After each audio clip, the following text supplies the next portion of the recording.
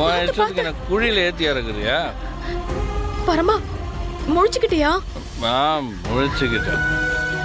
ஏன் பரமா இப்படி குடிச்சு உடம்ப கெடுத்துக்கிற? என்ன பத்தி கவலைப்பட நீ யாரு?